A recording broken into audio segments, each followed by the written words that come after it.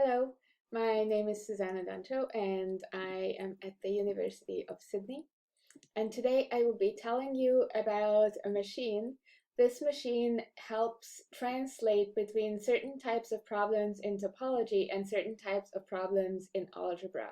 In topology, this is primarily the problem of finding universal finite type invariants for various classes of knotted objects, and I will tell you a lot more about what these classes are.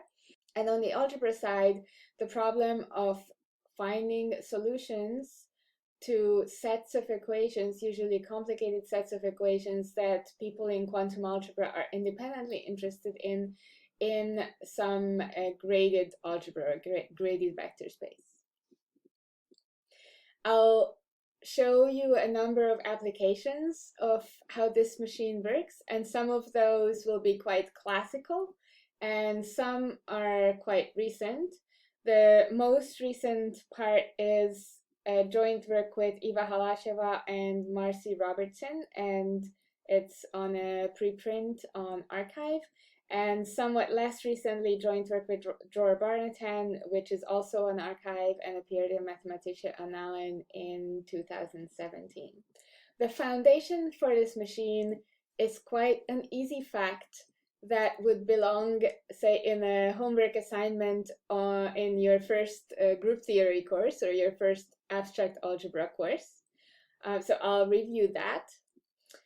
If K, and I'm denoting this by K because this will have to do with knots or other knotted objects, is a finitely presented algebraic structure. So think, for example, a group algebra. So take the braid group and the group algebra of the braid group, for example, or a planar algebra, and I'll explain more about what that is, or some sort of operatic structure, most relevantly a wheeled prop, but if you are not friends with wheeled props, this is not going to cause any problems. The most important part is that it's given by a finite number of generators modulo a finite number of relations. Then if we are looking to find a homomorphism from this structure K to some other algebraic structure A of the same kind, meaning also an algebra or also planar algebra, and so on, then what determines such a homomorphism? Because K is generated by G1 through GR, that means that if I tell you where these generators are sent, then because Z is a homomorphism, that determines what Z does to any other element of K. So to find a homomorphism, we only have to find the values of that homomorphism on the generators. However, those values cannot be arbitrary. They have to satisfy the relations. So these values are subject to some equations in the target space A, which come from the relations R1 through Rs. So the bottom line is that finding a homomorphism Z from K to A is an equivalent problem to solving a system of equations in A. And in practice, K and Z will be interesting to topologists, and I'll give you lots of examples. And A and these sets of equations will be interesting independently to algebraists. So what this machine lets us do is use topology to solve interesting problems in algebra, and vice versa, use knowledge in algebra to solve interesting problems in topology. Now let's go a little bit deeper into the details of this setup and start talking about a couple of examples. The set K, which we've already talked about, is some sort of set of knotted objects. And I would like you to think along the lines of braids or tangles, because knots are not the most useful version of knot theory to study in this context. That's because knots just don't have enough operations on them to be finitely generated. In braids or tangles, that works much better. So for example, braids, as you know, form a finitely presented group with the Artin presentation. So from this set of knotted objects, we'll form an algebra Fk. So if you're starting out with a pure braid group on n strands, then this is simply the group algebra. But if not, then it's still along the same line. So you have operations which are formal linear combinations. In more complex cases, there's some restrictions. So for example, if you're taking all braids, not just pure braids, you're only allowed to linearly combine braids whose underlying permutation is the same. And for tangles, you're only allowed to combine tangles whose skeleton is the same, where the skeleton is the combinatorial object underlying the tangles. And then you have some sort of multiplication operation. For braids, this is the usual stacking multiplication. For tangles, you can think about tangles in different ways. Either you distinguish the top and the bottom and you compose tangles by stacking or by putting them side by side, in which case they form a category. Or you can view it in a more symmetric way where you're allowed to compose tangles any which way by some planar connection diagrams, and then tangles form a planar algebra where the operations, the multiplication operations, are indexed by these planar connection diagrams. And then there are some more exotic things like knotted trivalent graphs, which have a really fun algebraic structure that's just in its class of its own. So that's the algebraic structure K. And the A, where I will be looking for homomorphisms from K to A is not just some arbitrary other algebra, but it's in fact the degree completed associated graded structure of Fk. What does that mean? In a group algebra or group algebra type structure, there is an ideal called the augmentation ideal, which is defined as the set of elements which are linear combinations of elements of K for which the sum of the coefficients is 0. So that's the augmentation ideal. And from the augmentation ideal, you can construct a filtration by simply taking powers of the augmentation ideal. So when you think about the group algebra of pure braids, it's clear what this square and cube and so on powers of the augmentation ideal mean. In, for example, tangle composition, an element, a linear combination of tangles, is in the square of the augmentation ideal if you take some linear combination of tangles in I, and then another one in I, and then tangle compose them in some way, that will be in the square of I. And if you then take that, an element in the square of I, and tangle compose with any other tangle, that's still in the square of I. So it still works the same way as we are used to ideals working in a ring. Then this degree completed associated graded structure is just the direct product. The direct product makes it degree completed. If I just took the direct sum, then it wouldn't be degree completed. Of the quotients of I to the n mod out by I to the n plus 1. That can be done because this is a decreasing filtration in all cases. So I to the n plus 1 is always a subset of I to the n. Now, the homomorphism from K to A, I'm not interested in any old homomorphisms, but a special class of homomorphisms called an expansion. An expansion from Fk to A, in knot theory, this is called the universal finite type invariant. The famous example for knots, where I told you not to think about knots, but we'll make an exception, is the Kontsevich integral. But universal finite type invariants also exist for lots of other flavors of knot theory.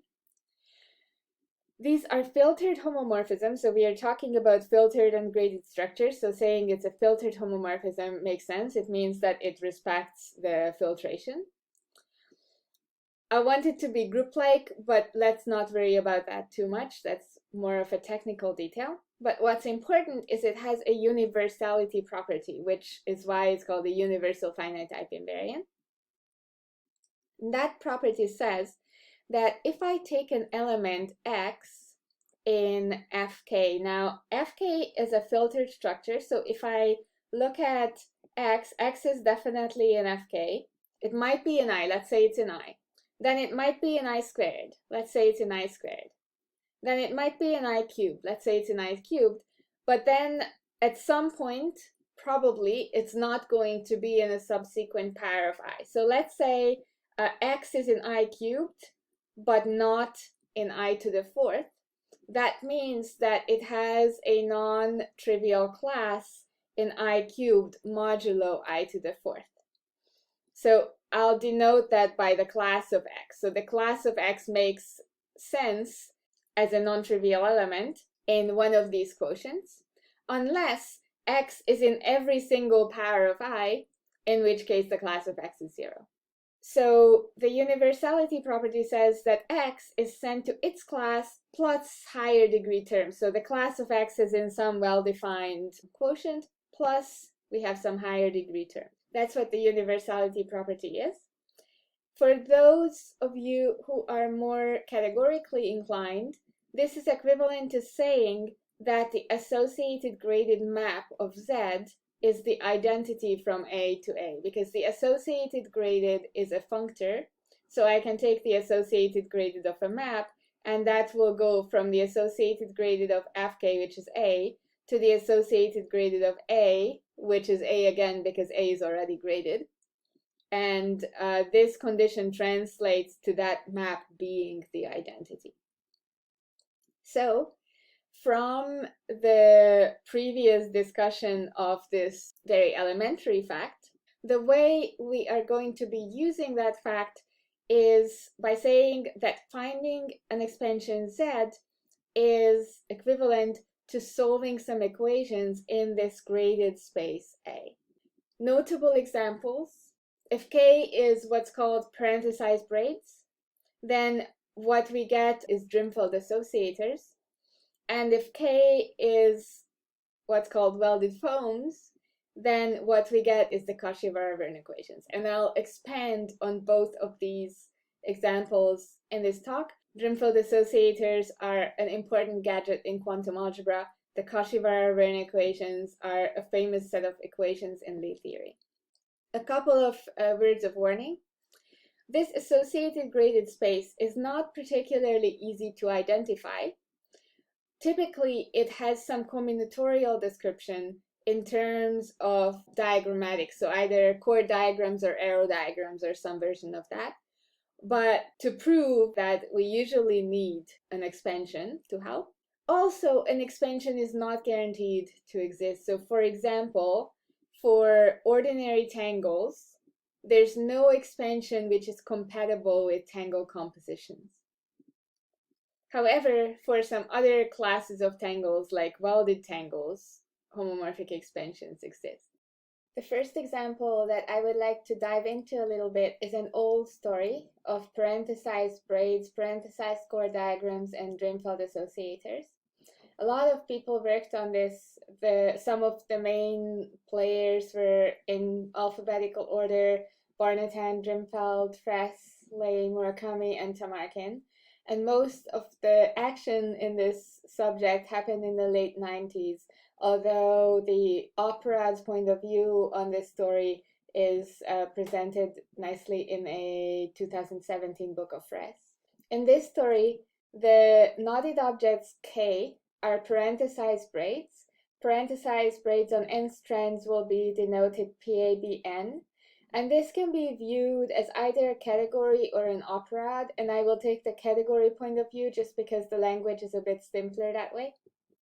So the objects of this category are parenthetizations of n points. So this, for example, is a parenthesization of 4 points. This would be an object in the category PAB4. This is another object also in the category PAB4. So you just want to take n points and completely parenthesize. The morphisms in the category are n-strand braids. So you'll have a braid connecting two parenthesizations. The composition is braid multiplication, but obviously only when the top parenthesization of one braid matches the bottom parenthesization of the next. PAB is the collection of all the categories PABN for n bigger than or equal to 2, And this is a tensor category because you can also put two parenthesized braids side by side, and that gives you a parenthesized braids on the sum number of strands. So this category is finitely presented as an algebraic structure where the operations are composition as well as tensor product, although if you want to be minimalist, then you can replace tensor product with just strand addition. The generators for this finite presentation are the crossing and the reassociation braid, and the relations that these satisfy are a pentagon relation and two hexagon relations. Of course, we extend K to allow linear combinations, and the rationals are enough for everything that we are going to talk about, so we'll just stick with the rationals to be simple. The associated graded structure of QK is the category of parenthesized chord diagrams, AN. The objects of this are parenthetizations as before, but now the morphisms are chord diagrams on n vertical strands with possibly some permutation at the bottom. The interesting part of a morphism is the chord diagram bit of it, and that is identified as the completed universal enveloping algebra of what's called the infinitesimal braid algebra. This is generated by elements Tij, which are drawn diagrammatically as a chord between strand I and strand J. This element is in degree 1 of An, and if you recall the definition of the associated graded, that's an element in the augmentation ideal modulo the augmentation ideal squared, and it is represented, it's the class of the element of the overcrossing minus the undercrossing between strand I and strand J. Formal linear combinations of these diagrams are allowed as long as they project to the same permutation and have the same parenthesization at the top and parenthesization at the bottom, which I omitted in the picture. And they are considered modulo a bunch of relations, which if you've seen them before, then they look familiar. If you haven't seen them before, it's not really worth worrying too much about them for the purpose of this talk. And just like before, these categories can be combined to a big tensor category of parenthesized chord diagrams on any number of strands. By this yoga that we discussed on the last two slides, expansions or group-like expansions for parenthesized braids, which are filtered maps from parenthesized braids to parenthesized chord diagrams with some universality property, are determined by their value on the generators, which are the crossing and the associator braid or reassociation braid, which live in the exponential of the infinitesimal braid algebra T2 and the infinitesimal braid algebra T3, and satisfy the pentagon and two hexagon equations, which come from the pentagon and the hexagon relations. So it turns out that these equations are exactly the equations which define an important gadget in quantum algebra called the Drinfeld associator. Drinfeld associators also live in this space, and they are important in constructions of tensor categories, in the study of quantum groups. They are a fairly central concept in algebra, completely independently of any topology that they relate to. To summarize, expansions for parenthesized braids are in bijection with Drinfeld associators, but that's not the end of the story. There's a lot more mathematics around Drinfeld associators. Here's a summary picture of what's happening. We have expansions from parenthesized braids to parenthesized chord diagrams, and these expansions are in bijection with Drinfeld associators. There are two symmetry groups acting on the left and right respectively freely and transitively on the set of Drimfeld associators. These are called GT and GRT. Usually in the literature is denoted GRT1. And it turns out that there is a topological interpretation of these groups as well. So the topological interpretation of associators are these expansion maps. And it turns out that these expansion maps are isomorphisms if you take the pro-unipotent completion of the structure on the left. The right is already completed because it's degree complete. So then these become isomorphisms, and then you can very naturally act on the set of isomorphisms between two spaces by automorphisms of either space using pre or post composition. So it turns out that automorphisms of parenthesized chord diagrams are isomorphic to GRT, and automorphisms of completed parenthesized braids are isomorphic to GT. GT and GRT are called the Grothendieck Teichmuller groups. GT is named GT for Grothendieck and Teichmuller. GRT is a pun because GRT is on the graded side, so an R was inserted there to mean both Grothendieck and graded, and then T stands for Teichmuller. The next example that I would like to discuss is the relationship between welded knot theory and the Kashiwara-Vergne equations in Lie theory. This is more recent and also what I have done a fair amount of work on. Those of you viewing this seminar who are virtual knot theory enthusiasts are probably familiar with welded knot theory as the quotient that you get from virtual knot theory if you introduce one of the forbidden moves of virtual knots or virtual tangles. I'll give a short intro to it anyway, and if you don't need this short intro, you should feel free to skip ahead, of course.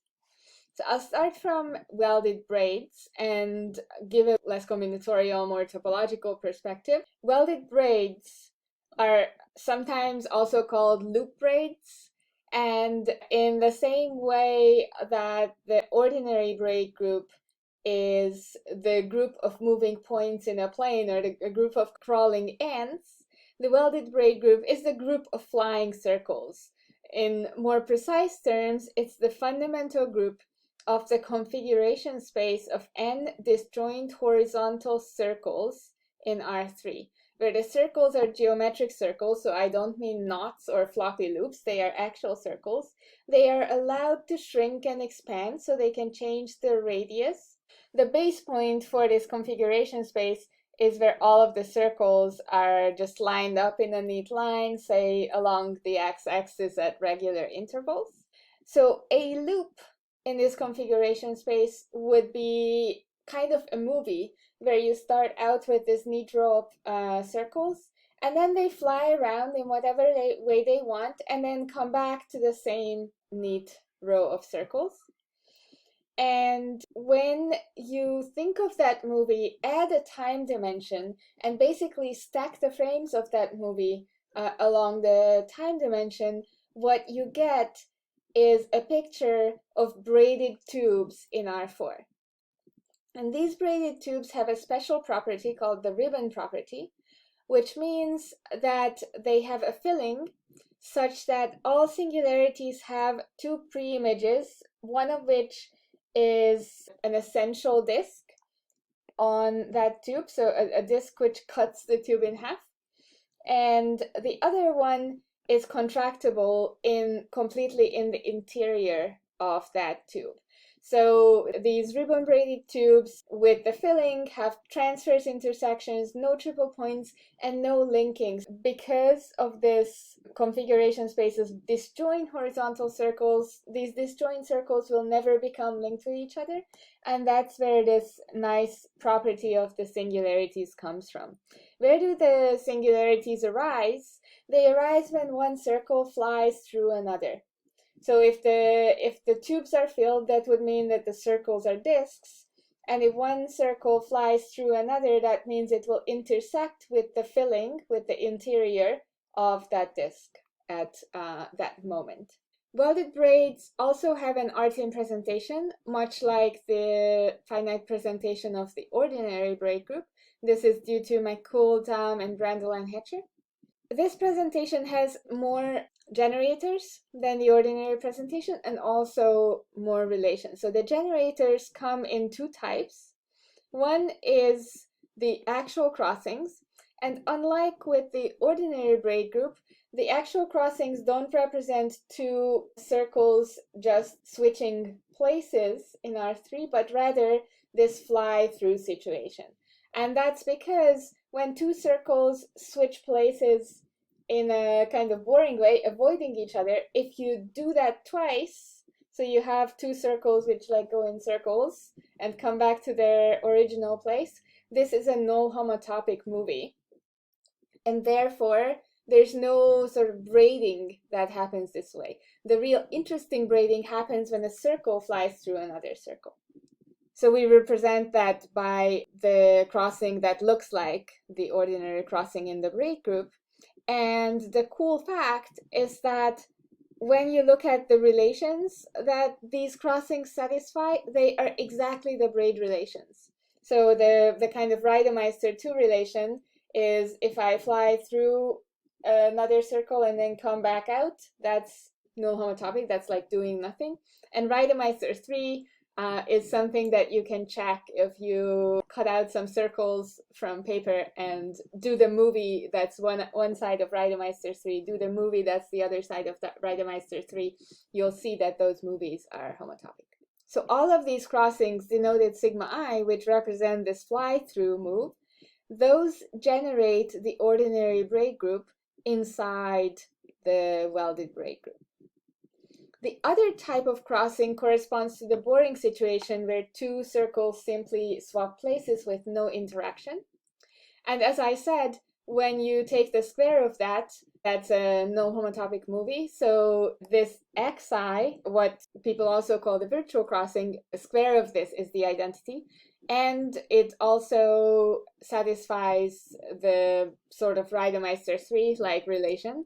And therefore, these generate the symmetric group inside the welded braid group.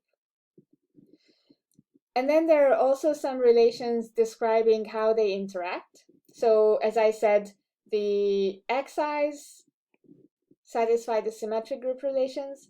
The sigma I satisfy the braid group relations. Then there are the mixed relations from virtual knot theory, and also an additional relation called overcrossings commute. And this is what sets apart the welded braid group from the virtual braid group. And if I draw it, it's like this. So an overstrand can be moved from one side of a virtual crossing to the other side of a virtual crossing. And I would very much encourage you to check this. Imagine the movie that is represented by this picture versus the movie that's represented by this picture, and see how those movies are homotopic, and convince yourself that the opposite, so the undercrossings commute, where this strand is the understrand, is not true. It doesn't represent a homotopy between these movies of flying circles. So that is the welded braid group. What I'd like to do next is churn this through the machine that we are using. So associated graded expansions, what do we get if we try to classify expansions? The associated graded space is a space of arrow diagrams, which is reminiscent of chord diagrams. It's just an oriented version of chord diagrams. Obviously, you can take linear combinations as always. As with the welded braid group, we take linear combinations of welded braids as long as they reduce to the same permutation. As for the relations for arrow diagrams, there's a four-term relation, which is an oriented version of the four-term relation of chord diagrams. We also have what we call a tails commute relation, which comes from the overcrossings commute relation of welded braids. And what this does is that if you have two arrow tails on the same strand, then those can be swapped. A single arrow is a degree 1 element of this associated graded space. And if you recall how a single chord in the classical case represented an overcrossing minus an undercrossing, a single arrow here represents a crossing minus a virtual crossing, where the orientation of the arrow encodes which strand was over and which strand was under. So the arrow goes from over towards under. There is an expansion for welded braids, which is strikingly easy compared to the expansion for parenthesized braids.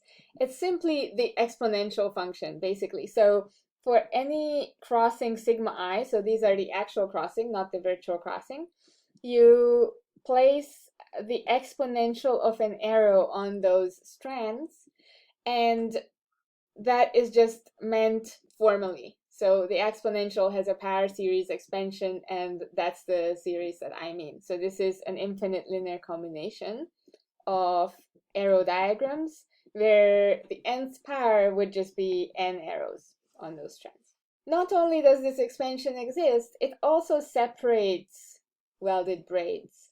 And this is something that Dror Barnatan and I showed in a 2016 paper. Unfortunately, even though this expansion is really nice and simple, that's also a bit of a disadvantage, because the way that I like to use expansions is as a bridge between topology and algebra, quantum algebra or Lie theory. And because this expansion is so easy, it doesn't really lead anywhere as a bridge. So in order to be able to get to the Lie theory that I want to get to, we need to use more complicated welded knotted objects. I'll do that in 2 steps. The first step is welded tangles. Topologically, I want to say that welded tangles are ribbon tangled tubes in R4 with some long tubes and some tori possibly. But in order to define them precisely, I need to get a bit more into some algebraic structures. Let's talk about classical ordinary tangles for a second. Ordinary tangles have a finite presentation, much like the Artin presentation of the braid group, but instead of a group, as a planar algebra. As a planar algebra, they are generated by the overcrossing and the undercrossing, modulo the relations Reidemeister 1, 2, and 3. For Reidemeister 1, sometimes you want it, sometimes you don't, depending on whether you want a framing or not.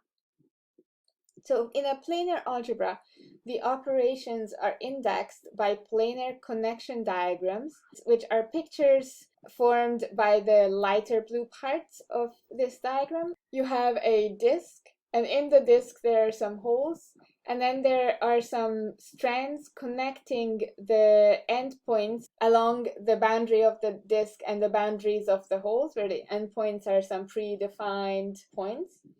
Into the holes, you can plug tangles, like these crossings, and by connecting those tangles as given by the planar connections, you get a new tangle. So this is how planar algebra operations are applied.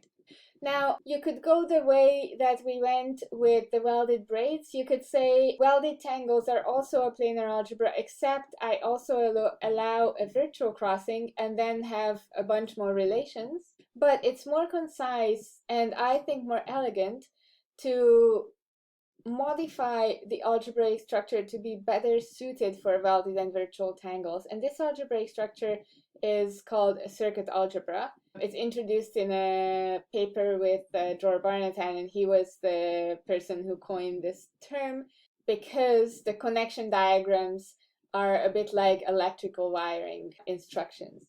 The only difference between a circuit algebra and a planar algebra is that in a circuit algebra, the operations are indexed by so-called wiring diagrams, so connection diagrams, just like in a planar algebra, but where the connections don't have to be planar. They can go any which way. They can have crossings, virtual crossings.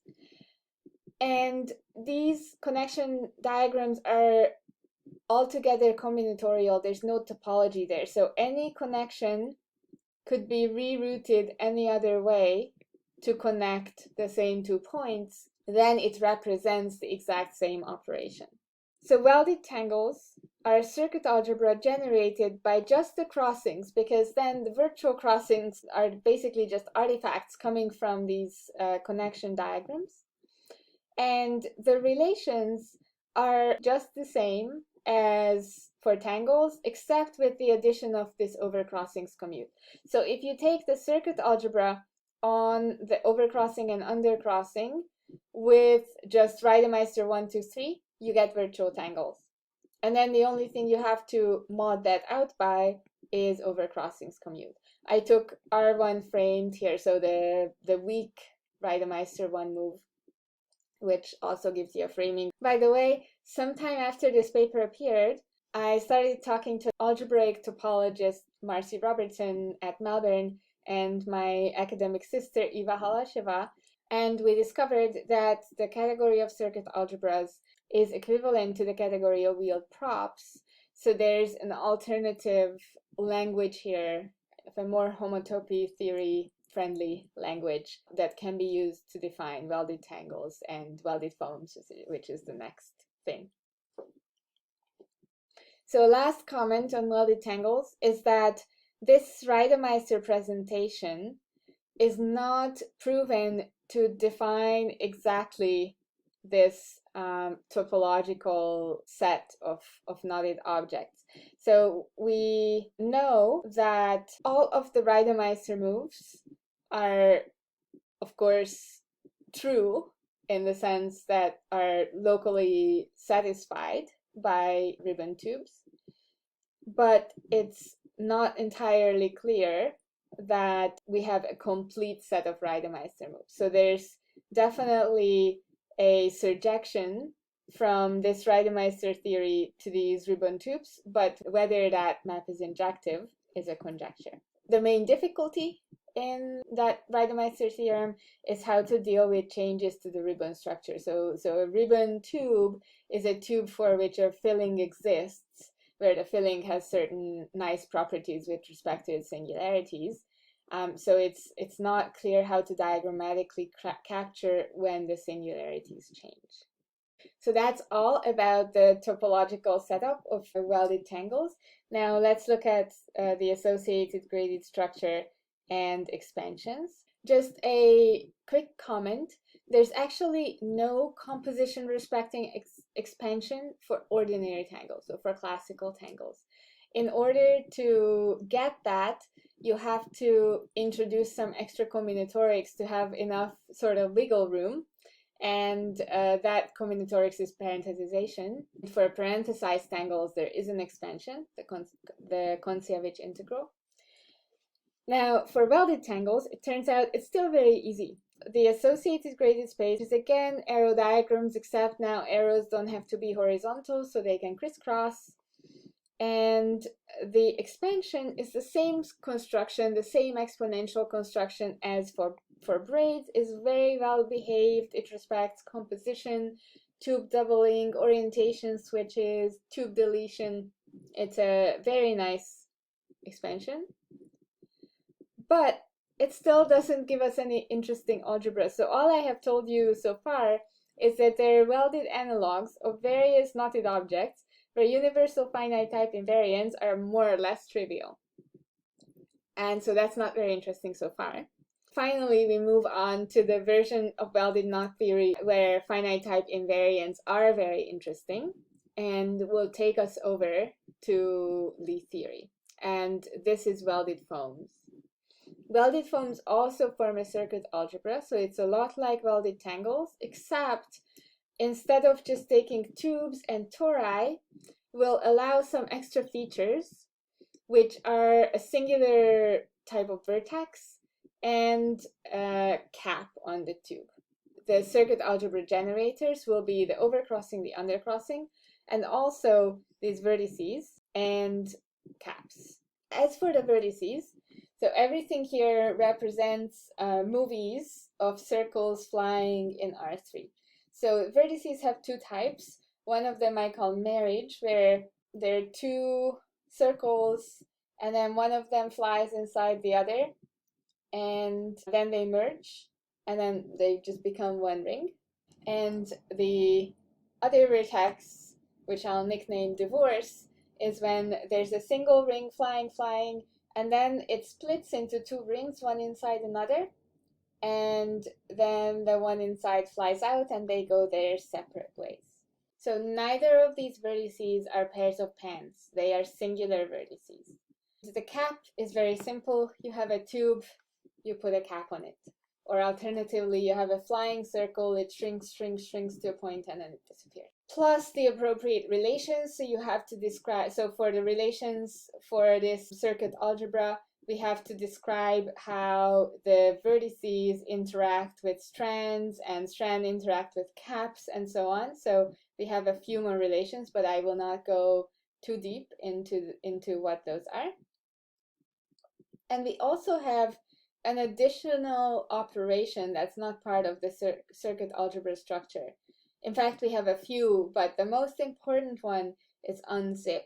Where unzip is take a strand that ends in two vertices and double it along the framing and connect at the vertices to the inside circle and the outside circle. So in terms of the movie, the operation goes like this. Before unzip, you had two circles come together, they marry, they fly together, they divorce, they fly apart. After unzip, you have two circles, they fly together, but they don't marry, they just hang out for a while, and then they fly apart. So to summarize, what are welded foams, algebraically speaking? They are a finitely presented circuit algebra whose generators are the crossings, the vertex, and the cap, all of which represent movies of circles in R3, or alternatively, ribbon-embedded tubes in R4 with some allowed types of singularities, modulo a set of relations which describe how these features interact, and with some additional structure of operations, most notably unzip. And now we can talk business, because it turns out that expansions for welded foams are vastly more interesting than expansions for welded braids or tangles.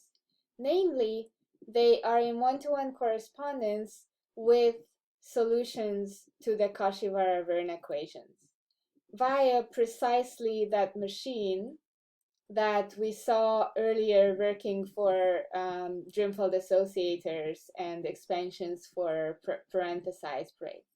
So this theorem is joined with Jor Barnatan and appeared in 2017. And I will explain how the translation works in terms of the associated grades and the equations and all that stuff. But before that, I'd like to tell you a little bit about the Kashiwara-Vergne equations so that we know what we are talking about. These are a famous set of equations in Lie theory. They were first written down by Kashiwara and Vergne in the 1970s, and their motivation was that they wanted to find a proof for the multiplicativity of the Duflo isomorphism. The Duflo isomorphism says that the center of the universal enveloping algebra of a Lie algebra is isomorphic as algebras to the invariant part of the symmetric algebra. So there's this set of equations, the Kashiwara-Vergne equations, and if you manage to find any solution, then that will give a Duflo isomorphism. They were solved in 2006 by Alexeyev and Mein-Rankin using deformation quantization. And then in 2008 to 10, Alexeyev with Tarassian, later joined by Enriquez, found solutions that were constructed from Drimfeld associators. So there's this deep link between the Kashiwara-Vergne equations and the theory of Drimfeld associators. In fact, in the second paper that all of them wrote together, they write an explicit formula. Given a Drimfeld associator, this formula gives you a solution to the Kashiwara-Vergne equations. And in fact, we can now explain this deep algebraic relationship between Drimfeld associators and Kashiwara-Vergne solutions in terms of topology. Welded foams have a three-dimensional analog called knotted trivalent graphs, which are closures of parenthesized braids, which we talked about before. And we know that expansions for parenthesized braids, which is essentially the same as expansions for knotted trivalent graph, correspond to Drimfeld associators. This is work of Murakami Otsuki, Chapti and Le, Jorbarnatan, and I also wrote my PhD thesis about a particular construction of this equivalence. And in addition to that, there is a map from knotted trivalent graphs to welded foams, because if I take a knotted trivalent graph in R3, I embed that in R4 and take a plane outside of it and spin around that plane, what it traces is a welded foam. So there's this spinning map, this topological map, which takes us from knotted trivalent graphs to welded foams, or from parenthesized braids to welded foams. And we know that expansions for knotted trivalent graphs correspond to Drimfeld associators. As long as we can transfer that over to welded foams and extend to an expansion of welded foams, then we have constructed a Kashiwara-Vergne solution topologically from a Drimfeld associator. And in fact, Dor and I are doing this. The paper is not quite an archive yet. Solving the Kashiwara-Vergne equations is, in a sense, a strengthening of the Baker-Campbell-Hausdorff theorem. So say you have two matrices or elements in some algebra that don't commute, AB doesn't equal BA. That means that if you compute the exponentials of these matrices, just treating exponential formally, and multiply e to the a times e to the b, that does not equal e to the a plus b. These two sides only equal if the exponents commute. The Baker-Campbell-Hausdorff theorem describes what this product of exponentials is written as a single exponential. So the log of e to the a times e to the b can be expressed as a Lie series, which looks like a plus b plus 1/2 a commutator b plus, I think, 1/12 a commutator b, and so on. So it's a series of levereds of increasing length, infinite series. This would be the correct exponent on this side of this, if this was to be an equality.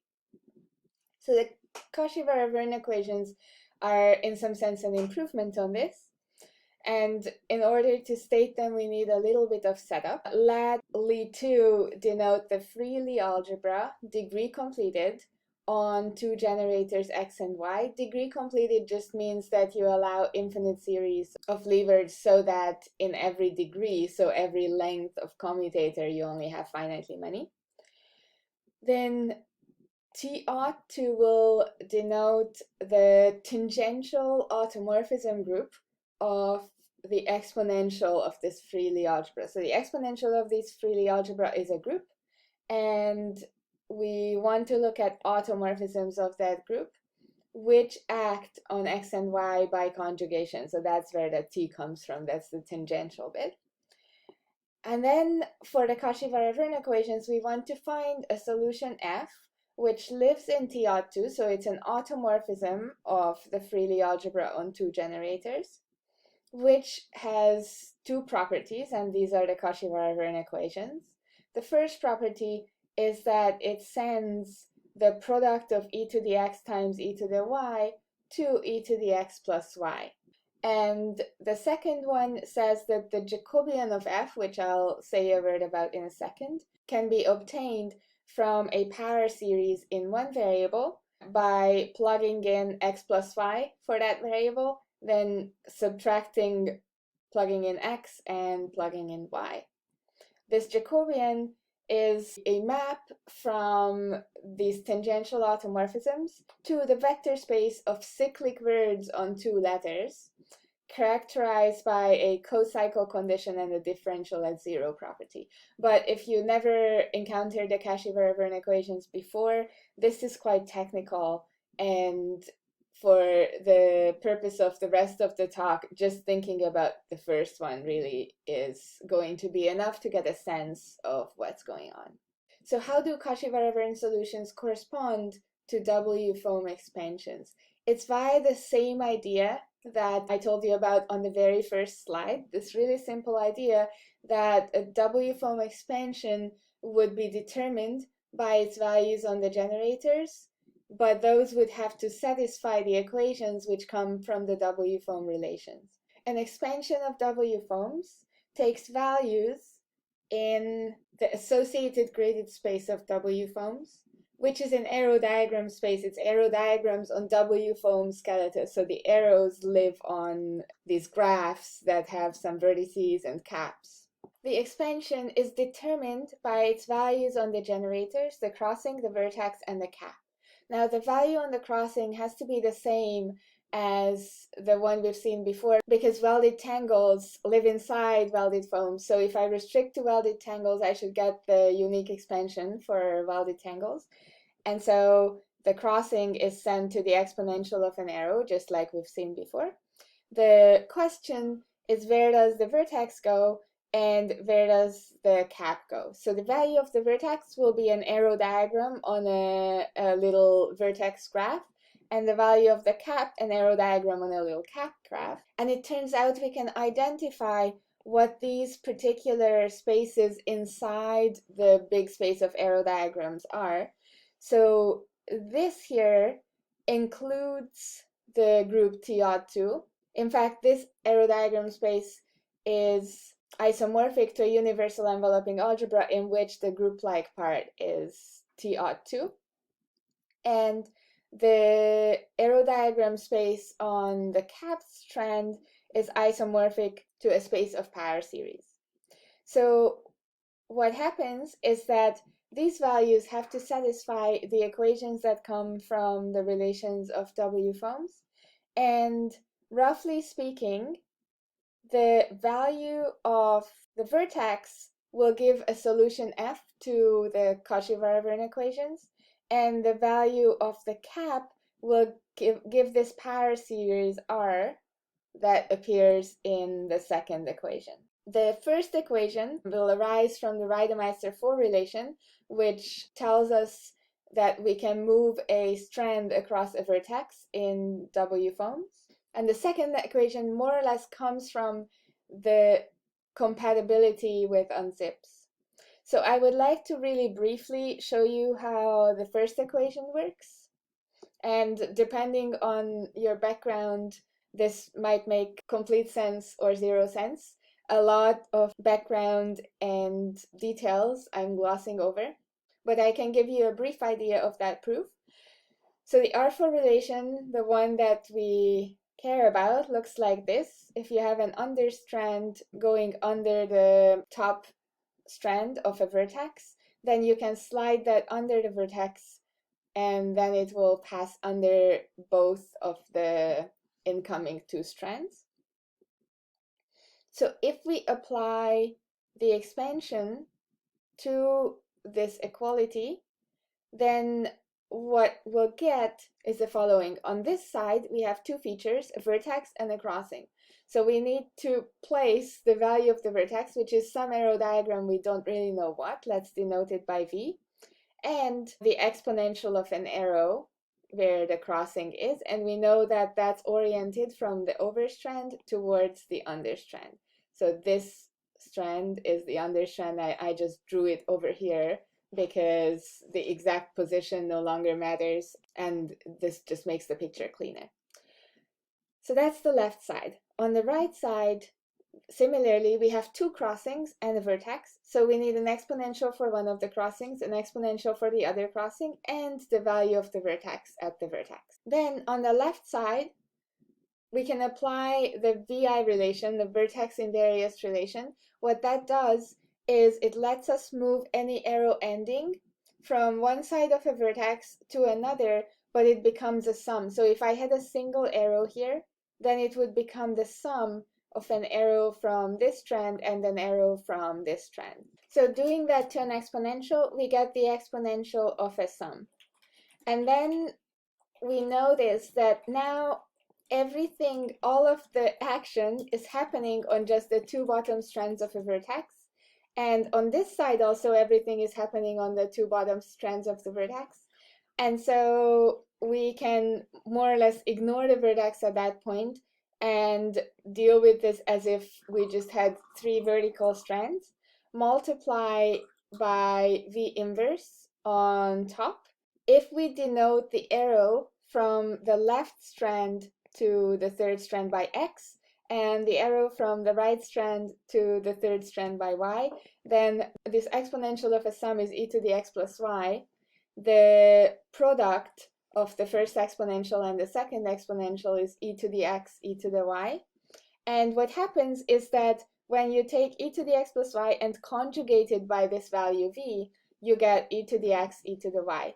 Now, the crucial observation is that this conjugation models exactly the action of T odd 2 on the exponential of the Freely algebra. The Freely algebra is embedded in arrow diagrams on three strands by exactly this assignment of x to this arrow and y to the other arrow.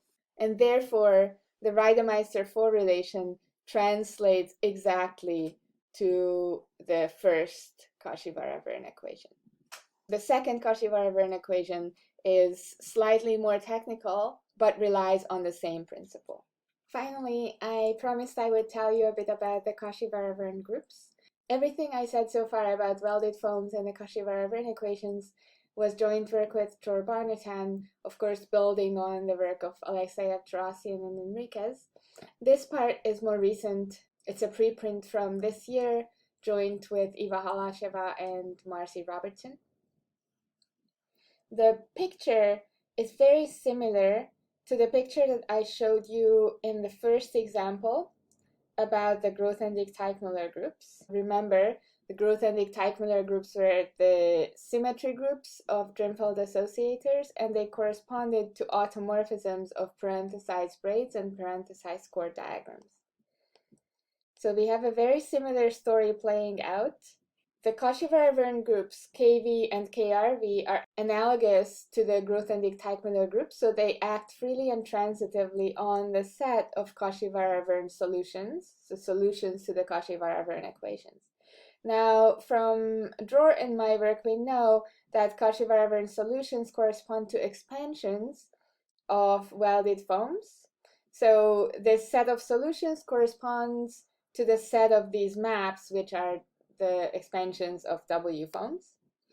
And there are obvious automorphism groups acting on the set of expansions by pre and post composition.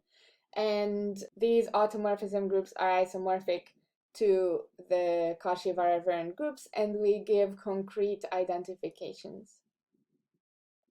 The graded side is easier to do because, well, it's graded. It's always easier to work with a graded space than with a pro-unipotent completion.